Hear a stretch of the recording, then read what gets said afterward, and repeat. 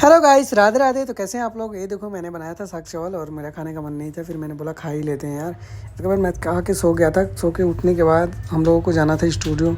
फिर मैंने जल्दी जल्दी जाके बाथरूम में अपना मुंह धोया। उसके बाद फ्रेश फ्रेश करने की तैयारी सोचा। और देखो मैंने कैसे मुंह धोया है। आधा धोया आधा नहीं है, लेकिन फिर भी चलता है, चलेगा, कोई नहीं। फिर इसके बाद मैंने अपने मुँह को अच्छे तरीके से धो लिया, पोंछ लिया। फिर मैं अपने बाल को सहा रहा था। देखो कितने लंबे लंबे बाल हो गए हैं।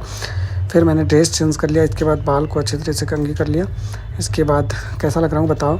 और हम लोग निकल पड़े हैं बाइक से। इसके बाद सीधे मंदिर पड़ता है माता जी का, तो आप लोग दर्शन कर लो। और फिर हम लोग पहुँच गए कचहरी। कचहरी से आगे बढ़ते बढ़ते हम लोग जा रहे थे ऊपर वाले ब्रिज से।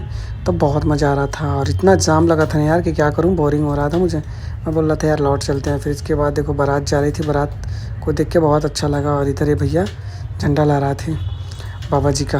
और इसके बाद हम स्टूडियो पहुंच गए। स्टूडियो में मैं रिकॉर्डिंग करने लगा।